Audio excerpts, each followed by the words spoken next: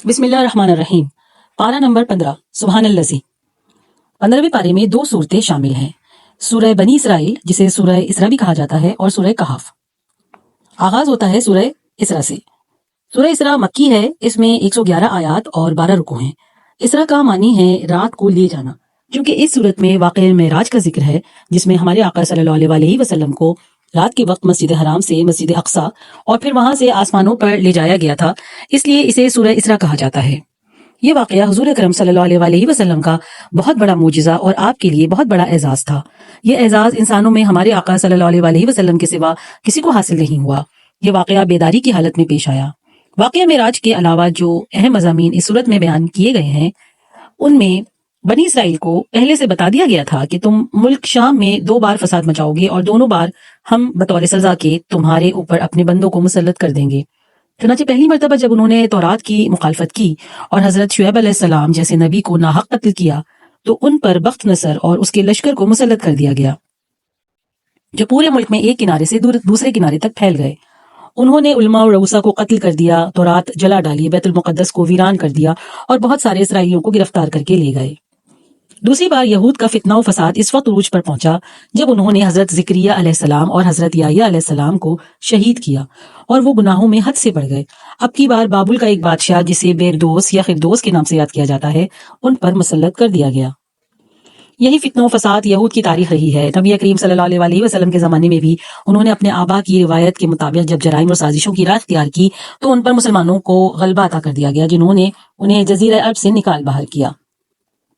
پھر اس کے بعد قرآن کریم کی عظمت، انسان کی فطرت و طبیعت میں داخل جلد بازی اور ہر انسان کے ساتھ اس کے عمل اور نتائج عمل کے لازم ہونے کا ذکر کرنے کے بعد اجتماعی زندگی کے تقریباً 13 اسلامی آداب و اخلاق بیان کیے گئے ہیں۔ حقیقت میں اخلاق و آداب ہی کی وجہ سے کوئی امت اور فرد عزت اور عظمت کے مستحق بنتے ہیں۔ یہ آداب جو آیت نمبر 23 سے آیت نمبر 39 تک مذکور ہیں، ان میں اللہ کے سوا کسی کی عبادت نہ کرو، والدین کے ساتھ بھلائی کرتے رہو، رشتہ داروں، مسکینوں اور مسافروں کو ان کا حق دو، مال کو فضول خرچی میں نہ اڑاؤ، نہ بخل کرو، نہ ہاتھ اتنا کشادہ رکھو کہ کل کو پچھتانا پڑے، اپنی اولاد کو مفلسی کے ڈر سے قتل نہ کرو، کسی جاندار کو ناحق قتل نہ کرو، یتیم کے مال میں ناجائز تصرف نہ کرو، وعدہ کرو تو اسے پورا کرو، ناپ تول پورا کیا کرو، جس چیز کے بارے میں تحقیق نہ ہو اس کے پیچھے نہ پڑو، زمین پر اکڑ کر نہ چلو، آخر میں دوبارہ کہہ دیا کہ اللہ کے ساتھ کسی کو معبود نہ بناؤ۔ مشرکین آخرت کی زندگی کا انکار کرتے ہیں اور بڑے تعجب سے کہتے ہیں کہ کیا جب ہم مر کر بوسیدہ ہڈیاں اور چورا چورا ہو جائیں گے تو کیا ہمیں نئے سرے سے پیدا کیا جائے گا؟ حضور اکرم صلی اللہ علیہ وسلم سے معجزات کا بھی مطالبہ کرتے تھے، کبھی کہتے کہ ہم ایمان تب لائیں گے جب آپ ہمارے لیے زمین سے چشمہ جاری کر دیں گے، کبھی کہتے کھجوروں اور انگوروں کا باغ لہلہا دیں، مختلف قسم کے ہیلے بہانے کرتے رہتے تھے۔ قرآن کریم کی عظمت و صداقت، اس کے نزول کے مقاصد اور اس کے معجزہ ہونے کہ اللہ کی طرف سے انسان کو تکریم دیے جانے، اسے روح اور زندگی جیسی نعمت کے عطا ہونے، نبی کریم صلی اللہ علیہ وسلم کو نماز تہجد کا حکم دیے جانے اور حضرت موسیٰ علیہ السلام اور فرعون کا قصہ اور قرآن کریم کے تھوڑا تھوڑا نازل ہونے کی حکمت جیسے مضامین کو شامل کیا گیا ہے، ان کا تذکرہ کیا گیا ہے۔ سورۃ کے اختتام پر بتایا ہے کہ اللہ تعالیٰ کا کوئی شریک نہیں ہے، وہ اولاد سے پاک ہے اور وہ اسماء حسنہ کے ساتھ متصف ہے، اور اس طرح سے سورہ بنی اسرائیل یا سورہ اسراء کا اختتام ہوتا ہے۔ سورہ کہف کا آغاز ہوتا ہے۔ سورہ کہف مکی ہے، اس میں 110 آیات اور 12 رکوع ہیں۔ کہف غار کو کہتے ہیں، چونکہ اس سورت میں غار والوں کا قصہ بیان کیا گیا ہے، اس لیے اسے سورہ کہف کہا جاتا ہے۔ اس سورت کا آخری دور کے فتنوں سے خاص تعلق ہے، جس کا سب سے بڑا علم بردار دجال ہوگا۔ یہ سورت مسلمانوں کو دجال کے فتنے سے مقابلے کے لیے تیار کرتی ہے۔ اس سورت میں جتنے اشارے، واقعات اور مثالیں گزری ہیں، وہ سب ایمان اور مادیت کی کشمکش کو بیان کرتی ہیں۔ سورہ کہف میں 3 قصے اور 3 تمثیلیں بیان ہوئی ہیں۔ اصحاب کہف، پہلا قصہ اصحاب کہف کا ہے۔ یہ وہ چند صاحب ایمان نوجوان تھے جنہیں دقیانوسی نامی بادشاہ بت پرستی پر مجبور کرتا تھا، اور وہ ہر ایسے شخص کو قتل کر دیتا تھا جو اس کی شرکیہ دعوت کو قبول نہیں کرتا تھا۔ ان نوجوانوں نے ایمان کی حفاظت کو ہر چیز پہ مقدم جانا اور اسے بچانے کی خاطر نکل کھڑے ہوئے۔ چلتے چلتے شہر سے بہت دور ایک پہاڑ کی غار تک پہنچ گئے۔ انہوں نے اس غار میں پناہ لینے کا ارادہ کیا۔ جب وہ غار میں داخل ہو گئے تو اللہ نے انہیں گہری نیند سے سلا دیا۔ یہاں وہ 309 سال تک سوتے رہے۔ جب نیند سے بیدار ہوئے تو کھانے کی فکر ہوئی۔ ان میں سے ایک کھانا خریدنے کے لیے شہر آیا، وہاں اسے پہچان لیا گیا۔ 3 صدیوں میں حالات بدل چکے تھے، اہل شرک کی حکومت ختم ہو چکی تھی اور اب محت برسر اقتدار تھے۔ ایمان کی خاطر گھر بار چھوڑنے والے یہ نوجوان ان لوگوں کی نظر میں قومی ہیروز کی حیثیت اختیار کر گئے۔ اس قصے سے یہ سبق حاصل ہوتا ہے کہ مومن کو ایمان کے سلسلے میں بہت حساس ہونا چاہیے۔ دوسرا قصہ ہے حضرت موسیٰ اور حضرت خضر علیہ السلام کا۔ حضرت موسیٰ علیہ السلام کو جب اللہ کی طرف سے یہ اطلاع ہوئی کہ سمندر کے کنارے ایک ایسے صاحب رہتے ہیں جن کے پاس ایسا علم ہے جو آپ کے پاس نہیں، تو آپ ان کی تلاش میں نکل کھڑے ہوئے۔ چلتے چلتے حضرت موسیٰ سمندر کے کنارے پہنچ گئے۔ یہاں آپ کی ملاقات حضرت خضر علیہ السلام سے ہوئی اور آپ نے ان سے ساتھ رہنے کی اجازت مانگی۔ انہوں نے اس شرط کے ساتھ اجازت دی کہ آپ کوئی سوال نہیں کریں گے۔ پھر 3 عجیب واقعات پیش آئے۔ پہلا واقعہ جس میں حضرت خضر علیہ السلام نے اس کشتی کو توڑ ڈالا جس کے مالکان نے انہیں کرایہ لیے بغیر بٹھا لیا تھا۔ دوسرے واقعے میں ایک معصوم بچے کو قتل کر دیا۔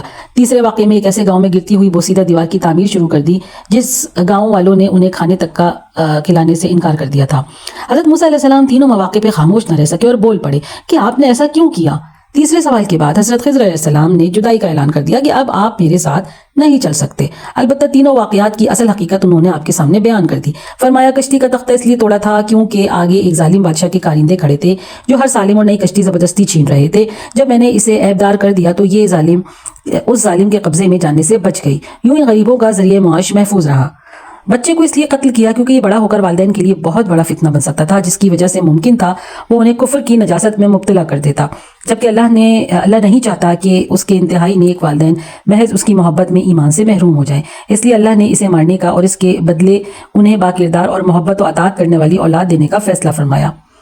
گرتی ہوئی دیوار اس لیے تعمیر کی کیونکہ وہ 2 یتیم بچوں کی ملکیت تھی۔ ان کے والدین اللہ کے نیک بندے تھے۔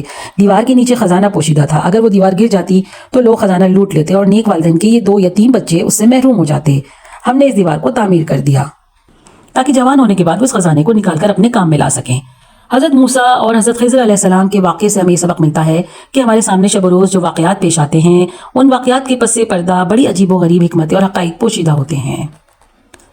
تیسرا قصہ ذوالقرنین کا ہے، لیکن اسے انشاءاللہ ہم 16ویں پارے کے اہم مضامین میں ذکر کریں گے۔ اب یہاں 3 مثالوں کا ذکر ہے۔ ان واقعات کے علاوہ 3 مثالیں بھی سورہ کہف میں ذکر کی گئی ہیں۔ پہلی مثال ایک قصے کی صورت میں پیش کی گئی ہے۔ یہ قصہ ایک ایسے شخص کا ہے جو انتہائی ثمربار اور قیمتی باغوں کا مالک تھا۔